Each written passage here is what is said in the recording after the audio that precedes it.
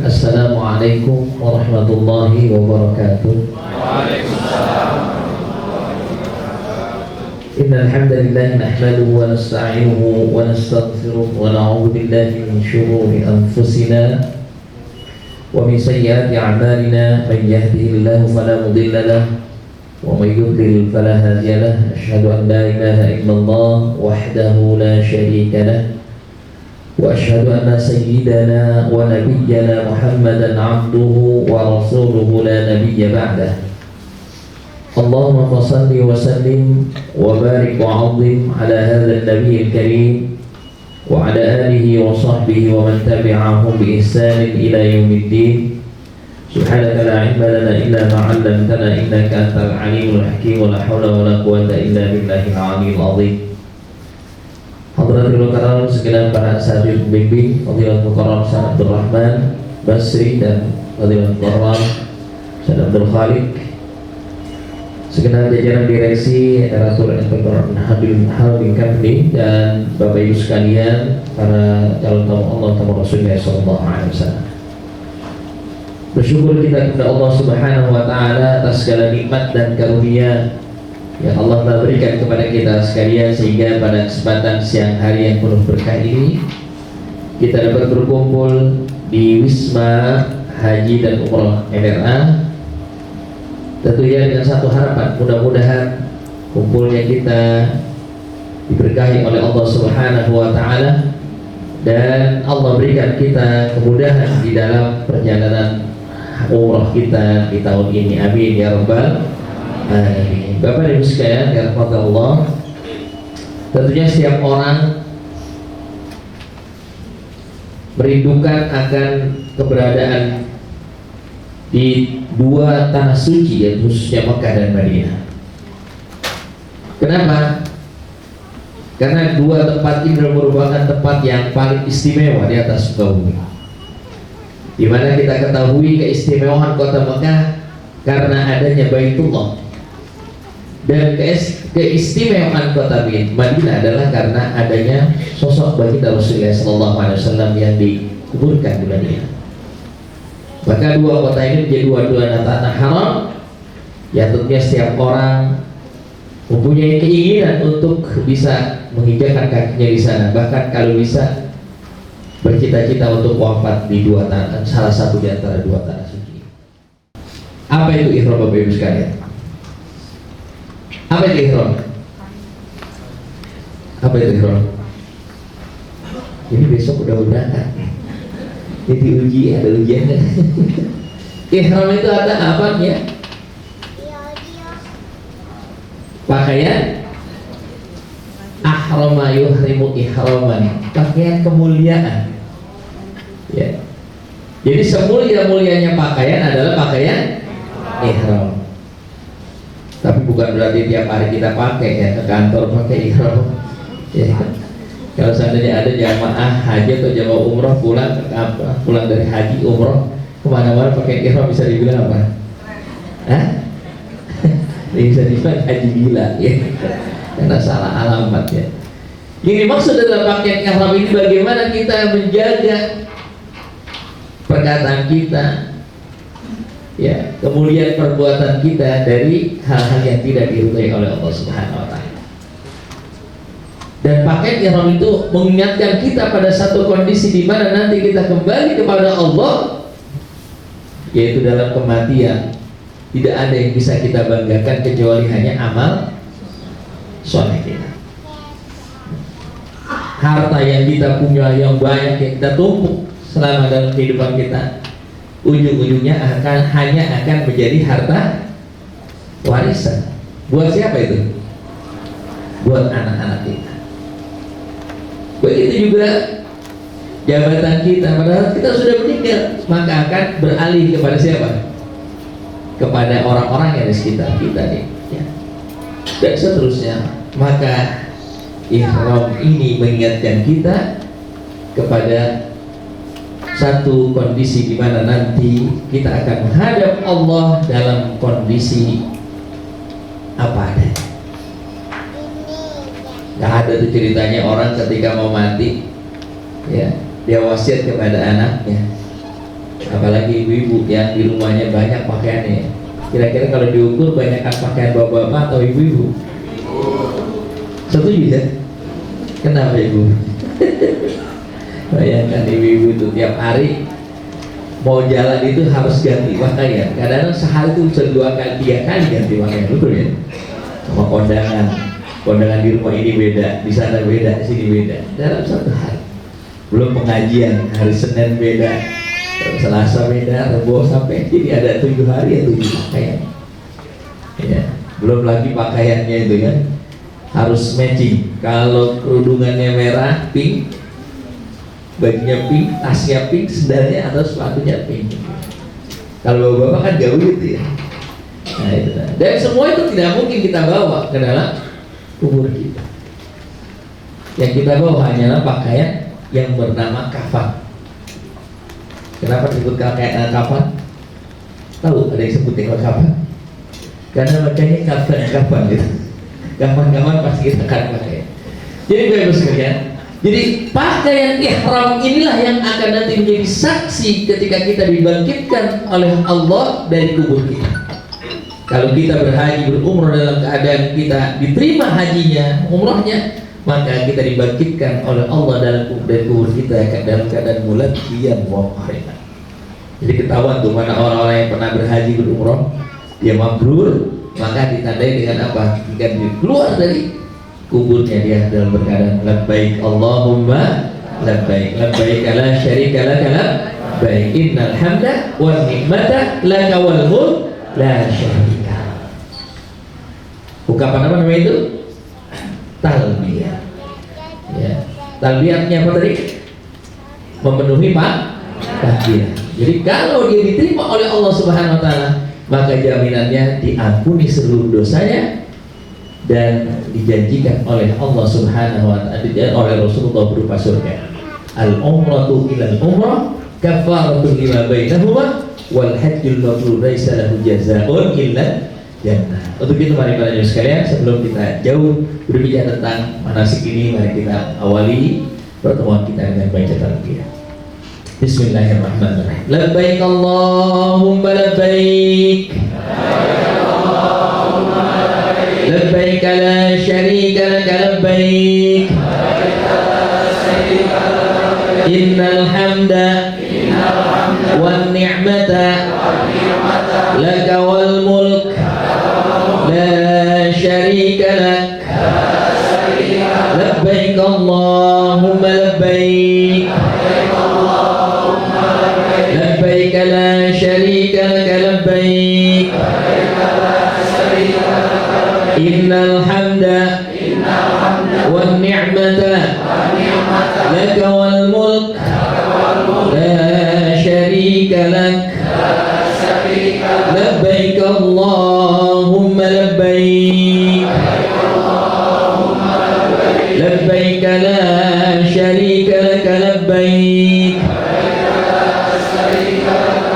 Innal hamda wan ni'mata laka wal mulk la syarika lak. Artinya labbaik apa artinya? Aku penuhi. Labbaik Allahumma labbaik, ya Allah aku penuhi panggilanmu, ya Allah aku penuhi. Padahal kalimat labbaik ini sering kita ucapkan waktu kecil, benar? Kalau dipanggil sama orang tua jawabnya apa? Hah? Apa? B. Ya. Itu sebetulnya bukan B, tapi sebutnya apa? Labbaik. Cuma karena kita nggak paham, orang tua nggak ngerti bahasa Arab, diambil akhirnya doang. Baik, sebetulnya apa? Labbaik, aku penuhi panggilanmu ya ayah, kan gitu. Wahai bapak, wahai ibu, ya. Jadi ketika kita mengatakan labbaik Allahumma labbaik, ya Allah aku penuhi panggilanmu, berarti panggilan haji, panggilan umrah ini siapa yang manggil? Allah. Kapan? Mulai kapan kita pengen haji atau umrah? Dalam waktu? Atau baru kemarin? Atau baru hari ini? Pasti sudah lama. Pasti itu sudah lama kita inginkan. Bahkan kalau kita ingat waktu kecil itu ada yang zaman lahir tahun 70-an ke bawah ya, ini sering kita dengar nyanyian gitu ya.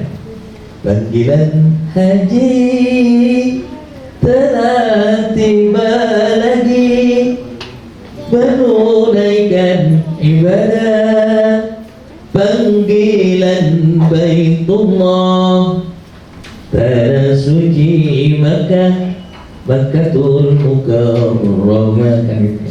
Ingat ya tuh? Kalau yang tua ingat ya. Kalau yang 80 dan 90 baru nggak tahu lagi. Betapa panggilan Allah ini luar biasa dalam hati kita. Betul, kalau kita tadi membacanya dengan penuh hati, akan bergetar hati kita. Khusus bagi yang pertama kali melihat Baitullah pasti akan menangis.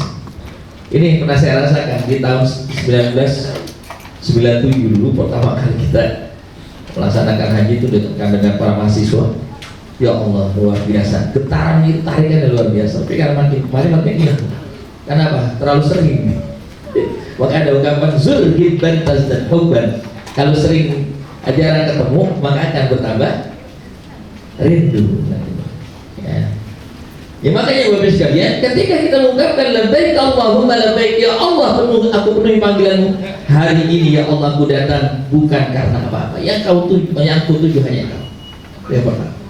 Yang kedua, labbaik Allahumma labbaik, ya Allah sesungguhnya kedatanganku ke tanah suci ini tidak ada yang bisa menghendaki aku bisa berada kecuali hanya panggilan rohani kita pada manusia. Makanya Bapak sekalian, kalimat yang kedua, labbaik la syarika lak labbaik, ya Allah aku penuhi panggilanmu, tidak ada sekutu bagimu. Maksudnya apa? Niatku datang kemari ke tanah suci tidak lain adalah untuk memenuhi panggilanmu dan melaksanakan kewajiban. Makanya hukum umroh itu wajib apa sunnah? Sunnah atau wajib? Wajib atau sunnah? Ada dua pendapat, ada yang mengatakan wajib, ada yang mengatakan sunnah. Kalau sunnah muakkad. Ya. Tapi sebagian ulama mengatakan tidak wajib. Maka umrah adalah kewajiban bagi kita, kewajiban rohani kita. Ya. Maka manfaatkan kesempatan ini untuk kita belajar kembali, mereview perjalanan hidup kita. Karena setiap orang dulu pernah berjanji kepada Allah ketika dalam kandungan ibunya. Apa kata mereka? Mengatakan alastu birabbikum. Mereka mengakui bahwa Engkau adalah. Tapi begitu keluar, manusia itu mulai terkontaminasi dengan berbagai macam, sehingga ini dia semakin lupa kepada Allah dan jauh. Maka hari ini perjalanan yang luar biasa, Allah panggil kita dalam rangka apa? Untuk kita dikembalikan kepada kesucian. Man hajja falam yarfus wa lam yafsuq raja'a min dhunubihi ka yaumin waladatuhu.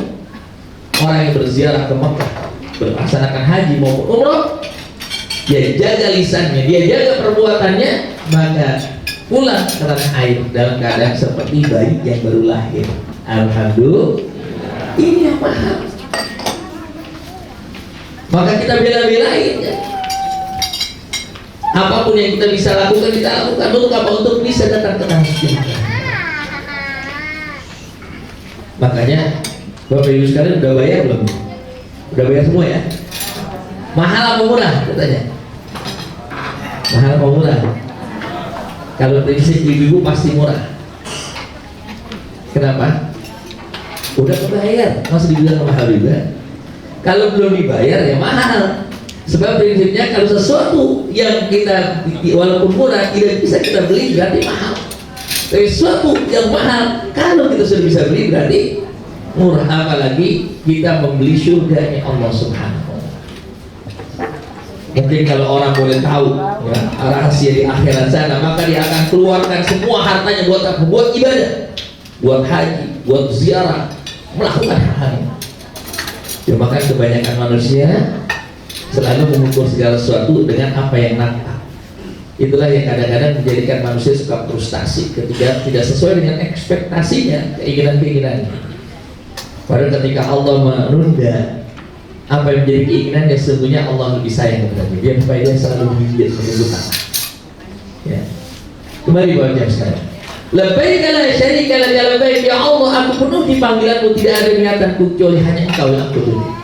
Innal hamda, sesungguhnya segala puji, wal nikmata, sesungguhnya segala kenikmatan, wal mulka, sesungguhnya segala kepunyaan, kepemilikan, kerajaan hanya milikmu, la syarika, tidak ada sekutu. Makanya Bapak Ibu sekalian, kita datang ke sana jangan pernah ada tujuan-tujuan lain. Ya, maka ada 4 kelompok yang berhaji maupun umroh yang dikategorikan gagal dalam berhaji maupun umroh. Apa yang pertama adalah sultanuhum lin nusha.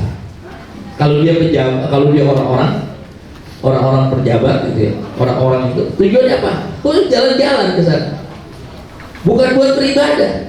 Karena saya belum pernah tahu bagaimana, tapi jalan-jalan pengen tahu, oh begini, itu gagal.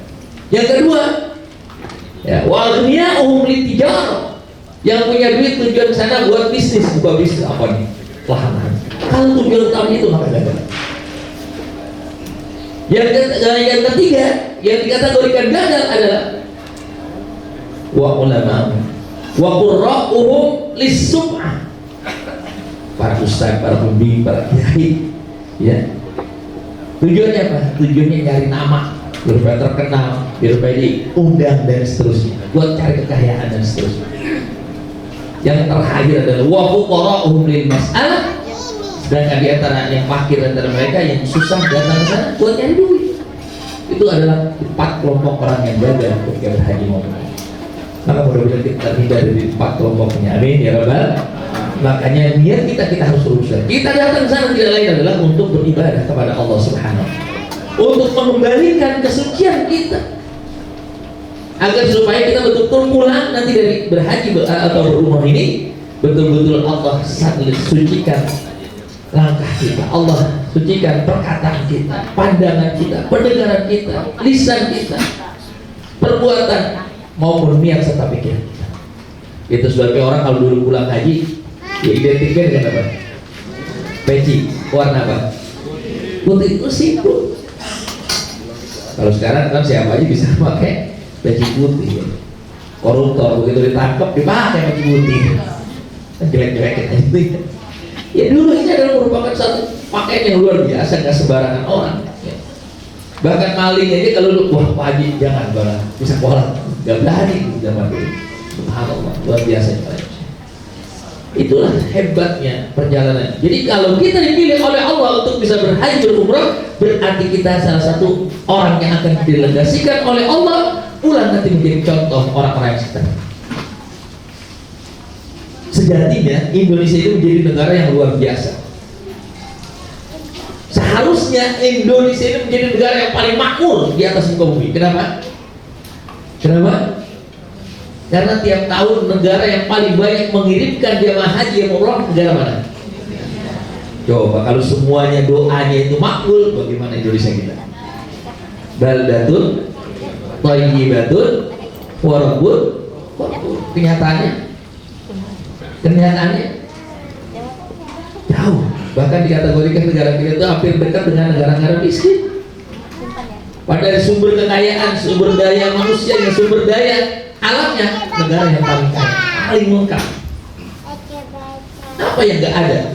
Kalau negara Arab nggak ada apa-apanya, dia cuma punya minyak. Kita minyak punya, gas punya, emas, nikel punya, apalagi uranium pun punya, itu yang mahal kan?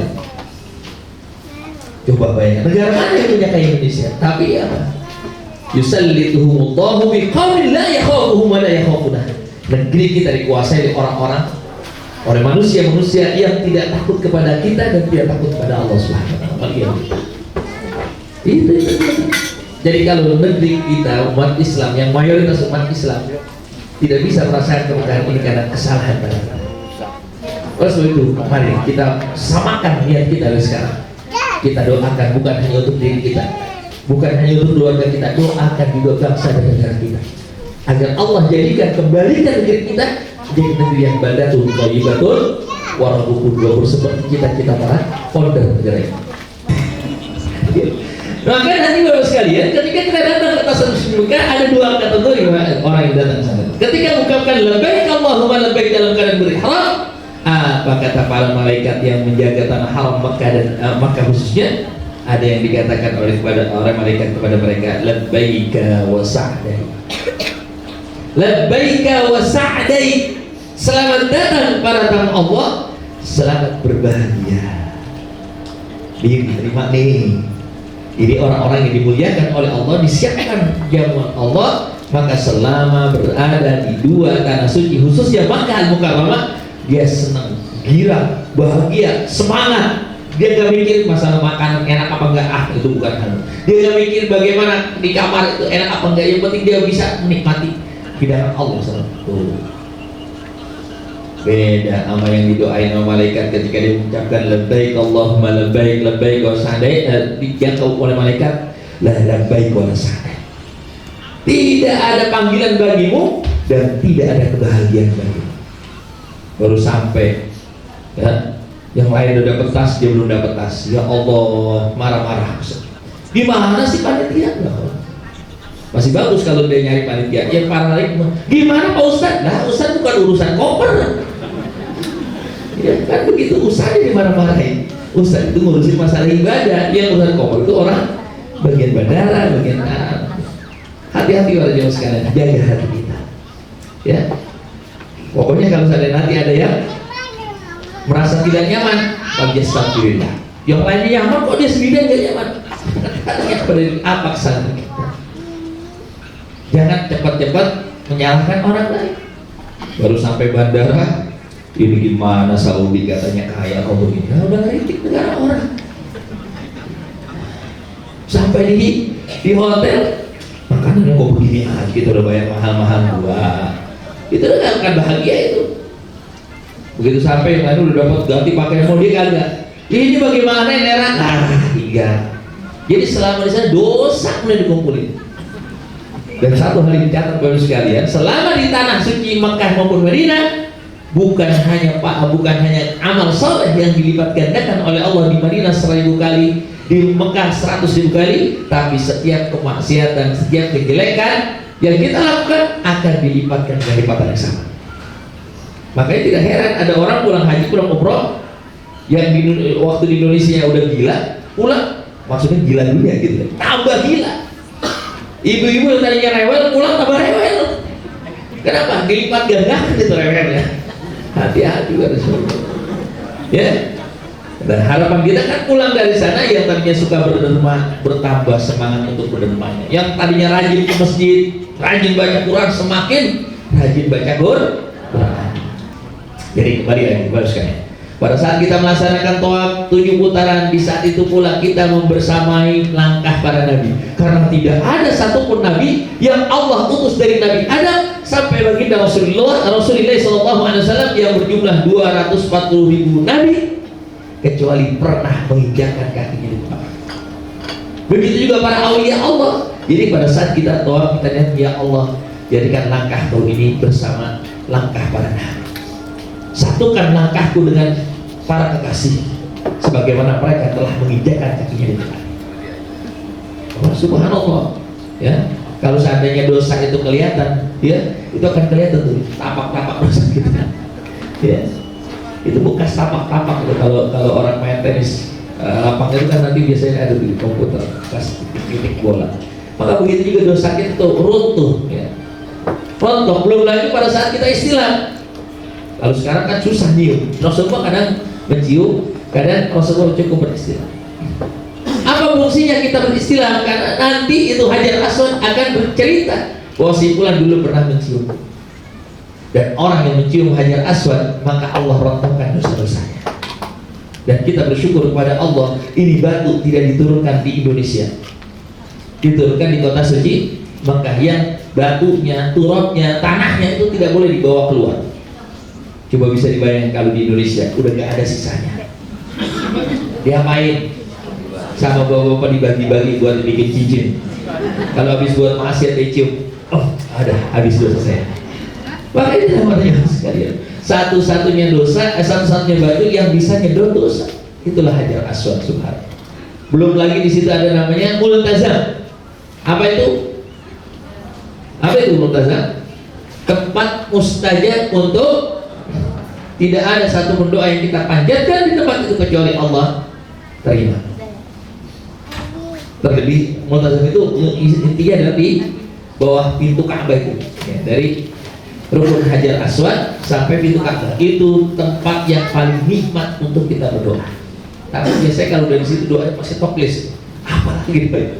Makanya doa yang paling gampang kita baca itu Robbana Atina fid dunya hasanah. Jadi tempat Ka'bah ini hampir setiap pojok, tiap sisi, tiap tempat di Masjidil Haram secara umumnya itu tempat-tempat yang mustajab. Termasuk tempat kita toh. Kan tadi saya bilang, ketika kita toh, kita sedang membersamai langkahnya para malaikat, para nabi. Maka dianjurkan kita di situ untuk memperbanyak tasbih. Dianjurkan di situ kita untuk memperbanyak membaca doa. Dan sekarang sudah diperbanyak. Sudah apa doanya? Sudah dibagikan bukunya? Hah? Sudah belum? Udah apa belum masalahnya? Hah? Udah besok? Gimana? Ya paling nggak kita nanti dengerin ustaz aja ya. Dikasih sama ustaz tadi kasih headset ya, dengerin baik-baik gitu. Allahumma Allah dan terusnya. Atau kalau enggak, kalau umpamanya kebutuhan rusak tiba-tiba resek udah amin ya Allah. Allah amin ya. Ya baik, berarti mas sekalian. Pada saat kita sudah menyelesaikan 7 putaran, maka berarti kita sudah mengikat kembali janji kita kepada Allah Subhanahu wa taala. Makanya tawaf ini simbol hubungan vertikal kita kepada Allah. Maka wajib dalam kondisi kita dalam kondisi kita berwudu. Kalau batal wajib wudu lagi. Kalau seandainya kita nggak wudu lagi ya nggak sah. Toh kita tidak sempurna. Kalau ada yang batal karena takut ketinggalan jamaah, akhirnya dia tawaf, ikut tawaf, selesai minggu sa'i, padahal dia batal tuh, baru 2 putaran. Akhirnya orang tahu, dia tahu, maka itu bisa terjadi dan harus mengulangi. Bagaimana caranya? Baru 2 maka kita ulangi lagi tetap. Jadi ketiga, 4, kelima wudu lagi dan ulangi. Baru kemudian sa'i lagi 7 putaran, 7 bolak-balik. Itu tahan. Hati-hati harus sekali. Jadi makanya nanti kalau ada yang batal, kita izin sama Ustaz, saya batal. Ya, nanti kita diantar sama Allah. Bapak sekalian, selesai kita melaksanakan 7 putaran tawaf, baru kita melaksanakan tawaf sholat sunnah tawaf. Di mana? Di belakang maqam Ibrahim. Tapi kalau tidak mungkin kan cari tempat yang nyaman. Ya. Tentunya kalau sekarang susah ya, karena tidak ada low season, selalu fix season. Mungkin kemarin tuh pas habis haji agak sedikit kosong ya, lalu sekarang tidak ada. Selamanya fix season, dari mulai dibukanya umroh sampai saat ini, bahkan sampai nanti menjelang haji lagi. Subhanallah. Ini luar biasa ya keberkahan. Maka selesai itu kita akan melaksanakan doa bersama, doa baru kemudian kita melaksanakan sholat. Setelah sholat kita dianjurkan minum air zam-zam. Yang tadi saya sampaikan adalah air yang mubarakah. Ya, kenapa? Selalu didoakan oleh setiap manusia, setiap hamba Allah, bahkan oleh para malaikat Allah. Ya. Nah itu kita akan melaksanakan sa'i. Dan sa'i ini simbol hubungan kita secara horizontal kepada sama, muamalah antara sama. Makanya disebut sa'yun, usaha. Maka tidak diwajibkan dalam keadaan kita berwudu. Kalau mau baru mulai sa'i batal, tidak ada masalah. Lanjutkan. Tapi afdalnya dalam keadaan berwudu. Kenapa? Karena ibadah yang kita lakukan, baik itu baca Quran, sa'i, ya, bersedekah, dalam keadaan kita berwudu dilipat gandakan oleh Allah 10 kali lipat, bahkan lebih. Sementara kalau kita tidak dalam keadaan wudu, nilainya 1, ya. Maka dianjurkan kita dalam keadaan wudu. Baik, Bapak sekalian.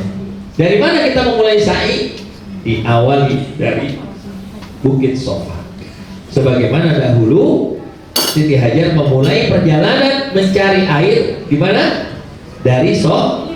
Di akhir di mana? Di Marwah. Sofa artinya kemurnian. Maksudnya apa? Mulailah usaha kita dengan niat yang murni, niat yang ikhlas karena Allah. Makanya Bapak sekalian, sebelum kita mulai Sofa dan mulai sa'i di Bukit Sofa, kita dianjurkan berdoa menghadap ke Baitullah dulu. Ya, abda'u bima bada Allahu bihi wa rasuluhu inna Sofa wal marwata min sya'airillah Faman hajjal baita aw itamara dan seterusnya. Allahu Akbar sampai selesai. Dan kita tutup nanti di Marwah. Berapa? Bolak-balik 7 kali. Ini simbol bahwasanya manusia wajib punya usaha. Manusia harus berusaha apapun bentuknya. Untuk apa? Untuk menafkahi keluarga. Maka itu satu hal yang wajib sifatnya Bapak Ibu sekalian. Nah, ketika kita sampai nanti ada, kalau dulu kan pilar hijau ya, di zaman dulu itu. Kalau sekarang lampu hijau. Itu simbol bahwasanya dulu adalah Batnul Wadi, tempat yang terendah di antara Safa dan Marwah. Dianjurkan kita mempercepat jalan atau berlari-lari kecil, ramal, sebagaimana dilakukan oleh Siti Hajar. Ini juga simbol pada saat Allah berikan kita kemudahan dalam usaha, maka percepat langkah kita menuju Allah. Jangan tunda-tunda. Kan biasanya begitu, kita kalau lagi dikasih kemudahan usaha tuh, usaha tarah, ya dipikirin apa? Beli mobil baru lagi, beli kendaraan yang mewah lagi, atau bagi ibu-ibu sering nyari ngumpulin perhiasan yang lebih banyak lagi, dan begitu. Pada saat Allah berikan kemudahan, yang harus kita ingat, Allah belum percepat. Fakirru ilah, jangan nunggu-nunggu.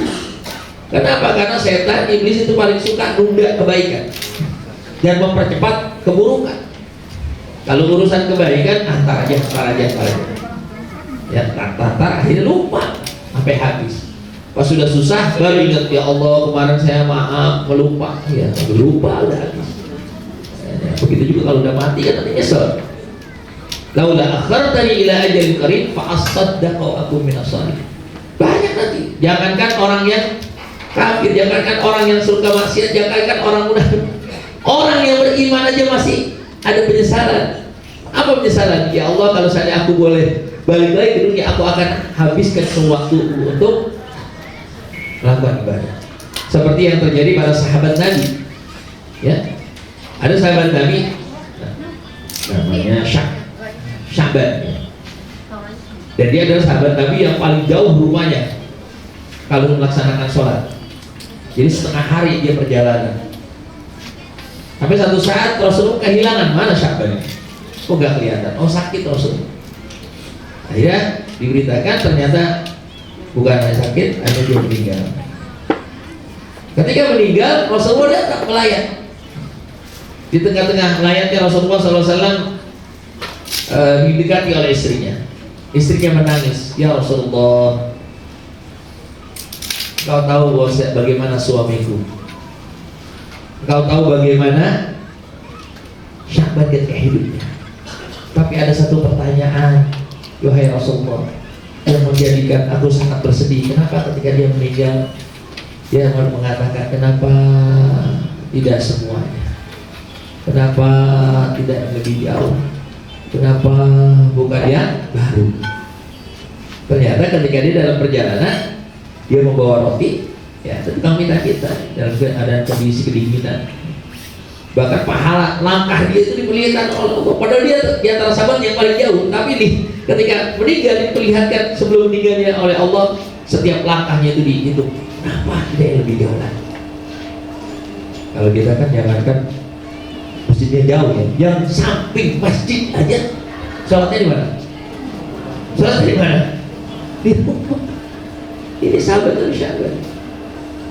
Kemudian diperlihatkan juga bagaimana ketika dia memberi makanan, rotinya itu tidak dikasih semua, tapi setengah buat dia, setengah buat seminta-minta. Dan dia melihat orang fakir miskin itu dalam kedinginan, karena di saat itu di musim dingin, dia punya jaket tua, dikasih jelekan. Kenapa dia bagus dikasih? Orang yang baik aja masih nyesal. Makanya kalau kita diperlihatkan kehidupan akhirat barangkali oleh Allah, pasti semua apa yang kita punya untuk Allah, untuk Allah. Maka tadi masih dunia kan mikirnya dunia mulu gitu ya. Betul. Iya, wajar lah, maklum. Bapak Ibu sekalian, maka di dalam sa'i ini kita mengambil pelajaran. Kenapa sampai 7 kali? 7 ini menjadi simbol sebagaimana tawaf pun 7 kali. Kenapa tidak 10 kali aja yang sempurna ya? Karena dulu angka yang paling tinggi itu adalah angka 7. Betul nggak? Sebelum ada angka 9, angka paling tinggi berapa? 7. Percaya nggak? Bapak Ibu pernah belajar notasi kan dulu? Pernah belajar? Waktu SD? Pertama apa? Do, kedua, re, tiga, mi, empat, fa, lima, so, enam, la, terakhir, si, habis tujuh, do lagi, balik lagi. Makanya sering kita dengar 7 turun, apalagi 7 lapis langit, 7 lapis bumi. Itu sebenarnya paling tinggi, paling maksimal. Orang dulu kan begitu kalau ngomong 7 turunan saya udah datang ke rumah. Ya, jadi kalau dari dulu kan kagak ada kok. Jadi kan terjadi ya sekarang sombong manusia. Jadi angka 7 ini menjadi simbol maksimalisasi dalam kita melaksanakan ibadah kepada Allah. Artinya kita mau beribadah kepada Allah harus maksimal. Sebagaimana sa'i, usaha kita pun harus maksimal. Wa bataghi fi ma ataka Allahu ad-darul akhirah wa la tansa nasibaka minad dunya. Boleh kita mengejar akhirat tapi jangan lupakan dunia. Kenapa? Kita masih hidup di dunia. Maksimal akhirat tapi juga harus maksimal dunia kita. Biar seimbang. Ada kadang-kadang orang hanya mengejar dunia saja lupa akhir. Ada juga orang yang mengejar akhirat saja lupa kepada dunia. Ingat, Rasulullah saja mengajarkan kita untuk berusaha. Inilah simbol daripada tawazun, yaitu keseimbangan dalam hidup kita. Duribat alaihimul dhillatu aina tuqifu illa bihablin minallah wa hablin minan nas. Manusia itu akan tertimpa kesusahan kecuali hanya dengan dua, hablin minallah hablin minan nas. Dia harus baik hubungan kepada Allah dan baik kepada sesama. Itulah simbol tawaf dan sa'i. Selesai kita tutup perjalanan umrah kita, rukun yang keempat adalah tahal. Bukti kalau orang itu betul ya tawafnya, sa'inya, ibadah sholatnya, maka dia akan mempersembahkan yang terbaik untuk Allah, suatu yang menjadi kebanggaan bagi dirinya. Rambut itu kan mahkota, betul ya? Kira-kira Bapak Ibu sekalian, rambut itu kalau dicukur tumbuh lagi apa enggak? Tumbuh lagi apa enggak? Tapi kan kita kebanyakan sayang sama rambut, betul? Nah kalau dipotong jadi jelek kan gitu. Padahal kalau dipotong ya, apalagi dipotongnya itu waktu dalam keadaan haji atau umroh, waktu tahallul, itu rambut jadi saksi di akhirat nanti. Semua rambut yang berguguran memang kita buang tuh ke tempat sampah, tapi pada hakikatnya dia naik ke langit dan dia akan nungguin kita di akhirat menjadi saksi. Allah gugurkan dosa-dosa kita sebanyak rambut yang kita gugurkan ya. Subhanallah. Makanya Rasulullah ketika bertahallul itu doain pada para sahabat, rahimallahul muhalliqin. Allah merahmati orang yang mencukur habis rambutnya. Tapi bukan buat ibu-ibu ya. Nah, kalau ibu-ibu jadi masalah nanti pulang gundul. Jadi ganti kurang kita nantinya ya. Hanya bagi laki-laki. Jadi dianjurkan untuk membunuh. Para sahabat bertanya karena ayatnya wal muhalliqina ru'usakum wa muqassirin. Ada di antara mereka yang berhaji itu yang memotong semua rambutnya dan ada yang memendekkan. Para sahabat bertanya, wal muqassirin ya Rasulullah, bagaimana yang hanya memendekkan? Rahimallahul muhalliqin. Allah merahmati orang dulu. Bertanya lagi Rasul, wal muqassirin, bagaimana dengan ayat itu? Rahimallahul muhalliqin sampai 3 kali. Baru kemudian wal muqassirin, bagaimana dengan kita yang memendekkan doang? Wal muqassirin juga ya memendekkan, tapi berarti kan kalah ya. Kenapa? Karena setiap rambut itu bisa. Saya rasa itu saja Bapak Ibu sekalian yang kami sampaikan. Dari saya cukup sekian ya. Wabillahi taufiq wal hidayah. Wassalamualaikum warahmatullahi wabarakatuh.